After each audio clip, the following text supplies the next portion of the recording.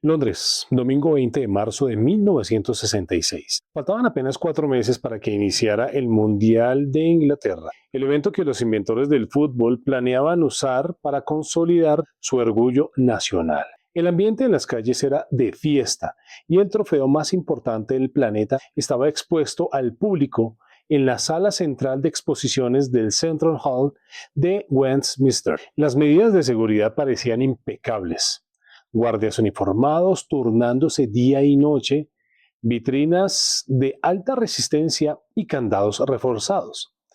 Parecía un búnker, hasta que a plena luz del día y aprovechando un servicio religioso que se celebraba en la otra ala del edificio, ocurrió lo impensable. Alguien burló la seguridad de manera ridículamente fácil por una puerta trasera, rompió los candados de la vitrina y robó el trofeo sin dejar una sola huella digital. La policía británica estaba completamente ciega. Scotland Yard desplegó a sus mejores detectives, pero el caso se convirtió en un laberinto sin salida. El mundo entero estaba en shock. La prensa internacional se burlaba de la seguridad británica y la FIFA estaba al borde de una crisis nerviosa. ¿Cómo iban a inaugurar el mundial más mediático de la historia sin el trofeo original? Y cuando parecía que la Copa del Mundo se había perdido para siempre, en un modesto suburbio del sur de Londres, un héroe inesperado cambió el rumbo de la historia.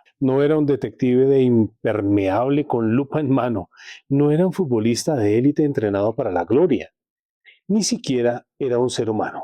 Era un perro llamado Pickles. Y esta es la increíble, caótica, trágica y casi secreta historia del objeto que paraliza al planeta. Hola, soy César Augusto y quiero darte la bienvenida a mi universo.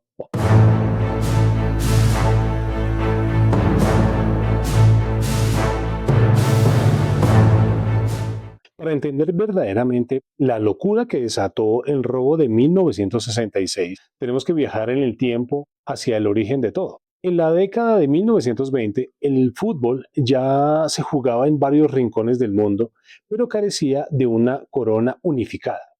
El hombre que convirtió la utopía de un torneo global en realidad fue el dirigente francés Jules Rimet, entonces presidente de la FIFA. Rimet tenía una visión que iba más allá del deporte. Quería un símbolo de unión e identidad internacional que ayudara a sanar las heridas y tensión que había dejado la Primera Guerra Mundial.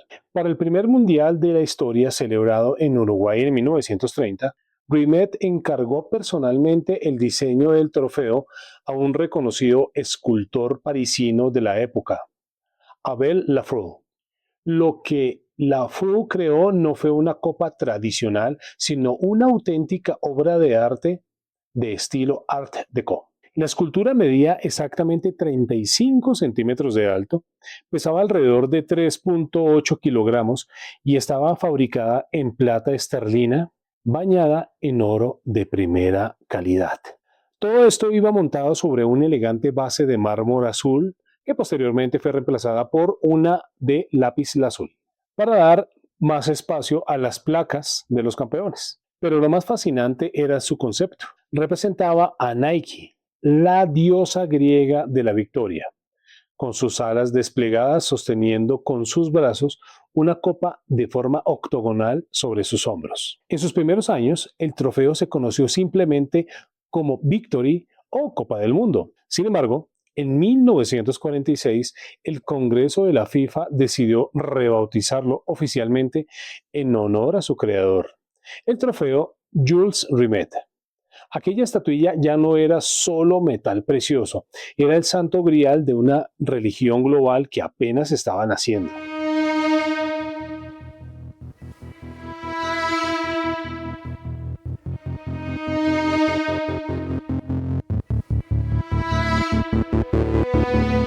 Pero los sueños románticos del deporte pronto chocaron de frente con la brutalidad de la geopolítica. En 1939 estalló la Segunda Guerra Mundial y el planeta se detuvo por completo. Obviamente, los mundiales de 1942 y 1946 se cancelaron en ese momento. El trofeo se encontraba en Roma, bajo la custodia de la Federación Italiana de Fútbol, dado que la selección azurra se había coronado campeona en el Mundial de Francia de 1938. Durante el conflicto, los líderes de la Alemania nazi iniciaron un saqueo sistemático de obras de arte, reliquias históricas y oro por toda la Europa ocupada. El trofeo Jules Rimet estaba en una de las listas más cotizadas de la Gestapo y los oficiales del Tercer Reich sabían que apoderarse de la copa sería un golpe de propaganda brutal. Aquí es donde la historia real se convierte en un guión cinematográfico. El vicepresidente de la Federación Italiana, un hombre llamado Ottorino Barassi, se percató del peligro inminente y en un acto de absoluta audacia, Barassi acudió en secreto al Banco de Roma donde el trofeo estaba resguardado. Lo retiró sin levantar sospechas y lo llevó a su propio departamento en la capital. Para evitar que la Gestapo lo encontrara durante los violentos e imprevistos registros residenciales, a Barassi se le ocurrió una idea genial por lo ridícula que era. Envolvió el trofeo en periódicos viejos, lo metió dentro de una caja de zapatos común y corriente y la deslizó bajo su propia cama. Los oficiales nazis registraron minuciosamente su vivienda buscando documentos y objetos de valor, pero pasaron por alto aquella caja polvorienta. El objeto más codiciado del deporte mundial sobrevivió al conflicto más sangriento de la humanidad gracias a la astucia de un hombre y un escondite doméstico.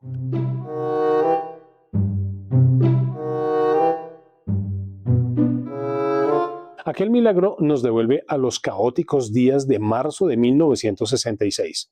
El trofeo había sobrevivido a los tanques de aquel señor de bigotico, pero parecía haber encontrado su fin a manos de la delincuencia común de Londres.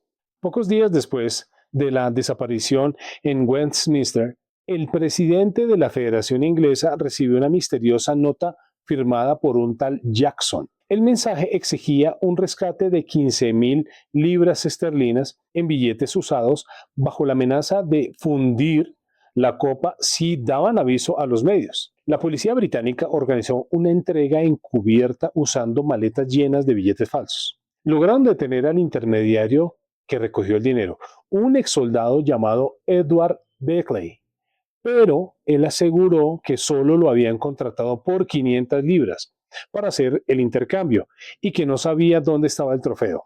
El caso se estancó de nuevo, la tensión política subía cada hora y faltaban apenas unos días para el torneo, hasta que llegó el domingo 27 de marzo de 1966. David Corbett, un joven trabajador portuario, salió de su casa en Norwood, al sur de Londres, para pasear a su perro, y él se llamaba Pickles.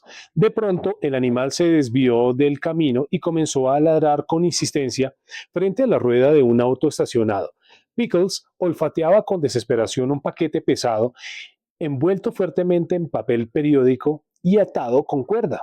Corbett pensó que podría ser una bomba de la Aira, que en esa época causaba pánico. Movido por la curiosidad, rompió un pedazo de papel y vio una base de lápiz lazuli con los nombres de Alemania, Uruguay e Italia grabados. Al retirar el resto del envoltorio, la diosa de oro brilló bajo el cielo londinense. Era el Jules Rimet intacto. Pickles se convirtió de la noche a la mañana en una leyenda viviente de la cultura popular. Recibió la medalla de plata de la Liga Canina de Defensa de los Animales, una recompensa económica de miles de libras para su dueño, con la que Corbett compró una casa y un suministro de comida premium de por vida, y hasta protagonizó una película junto al actor Eric Sykes, titulada The Spy with a Cold Nose. Salvó el honor de la nación británica justo a tiempo para que la reina Isabel II se lo entregara a Bobby Moore.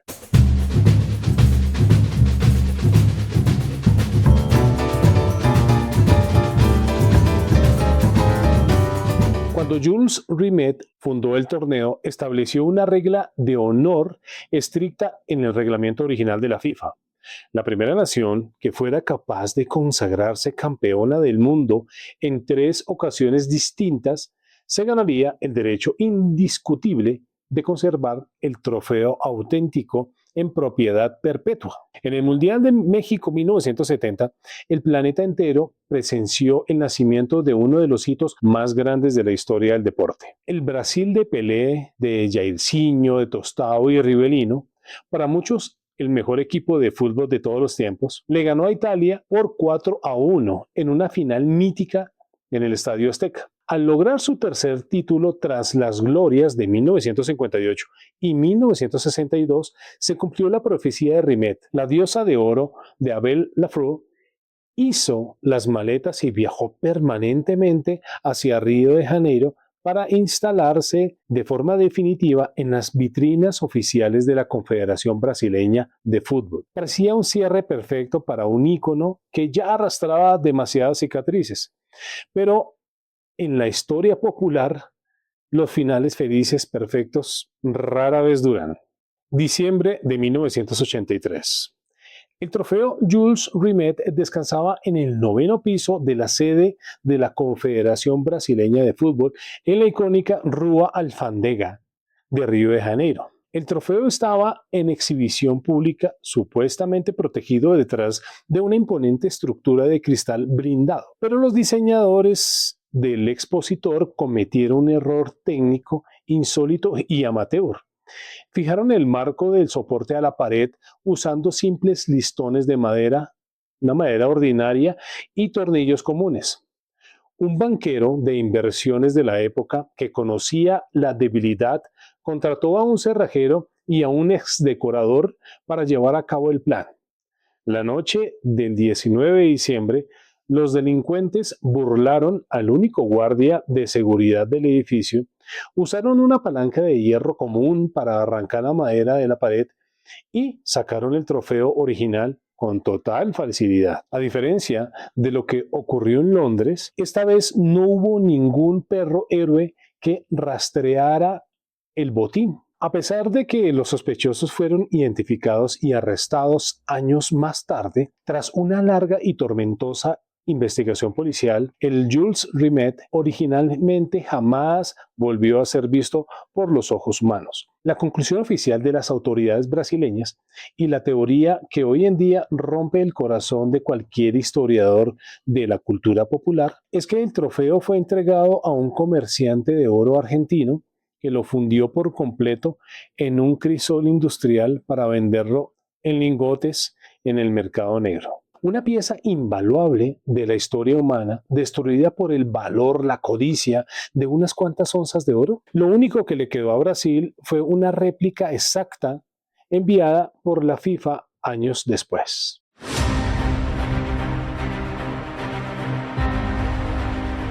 Ante la inminente pérdida de la Copa original, tras la victoria de Brasil en 1970, la FIFA se vio obligada a diseñar un nuevo trofeo desde cero para el Mundial de Alemania en 1974. El máximo organismo abrió un concurso de diseño internacional a gran escala, recibiendo 53 propuestas diferentes de artistas originarios de más de 25 países. Y el diseño ganador fue representado por el escultor italiano Silvio Gazzaniga.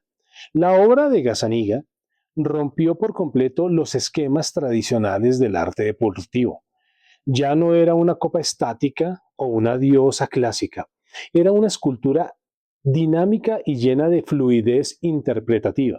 El propio Gazzaniga describió su creación artística con una poética impresionante. Las líneas brotaban desde la misma base, elevándose en sinuosas espirales para salir al encuentro del mundo entero. De la tensión dinámica y la energía de la escultura emergen dos cuerpos estilizados de dos atletas en el momento culminante y sagrado de la victoria.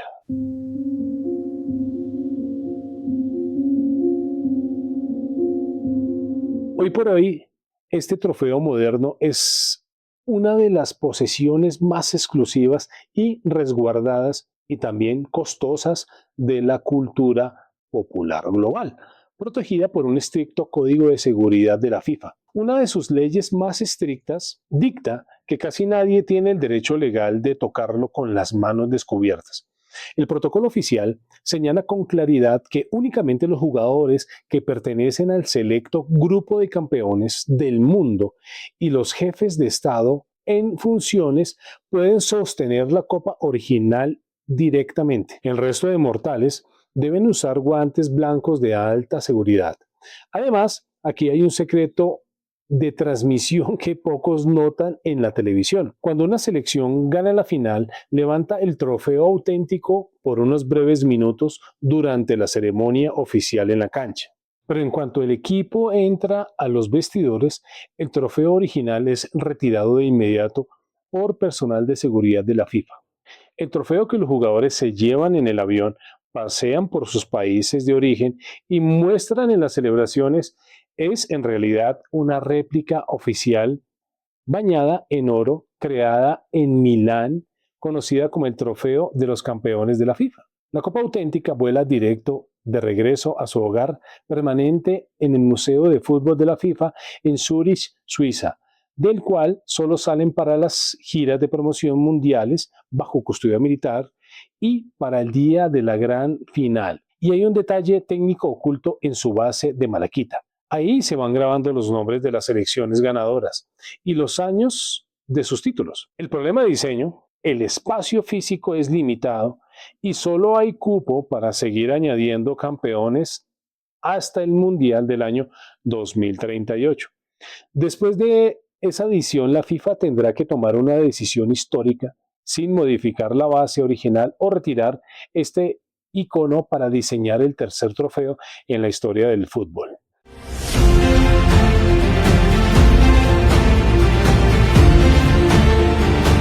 Al final del día, las mentes más cínicas verán en este objeto simplemente una escultura de metal precioso de 6 kilos.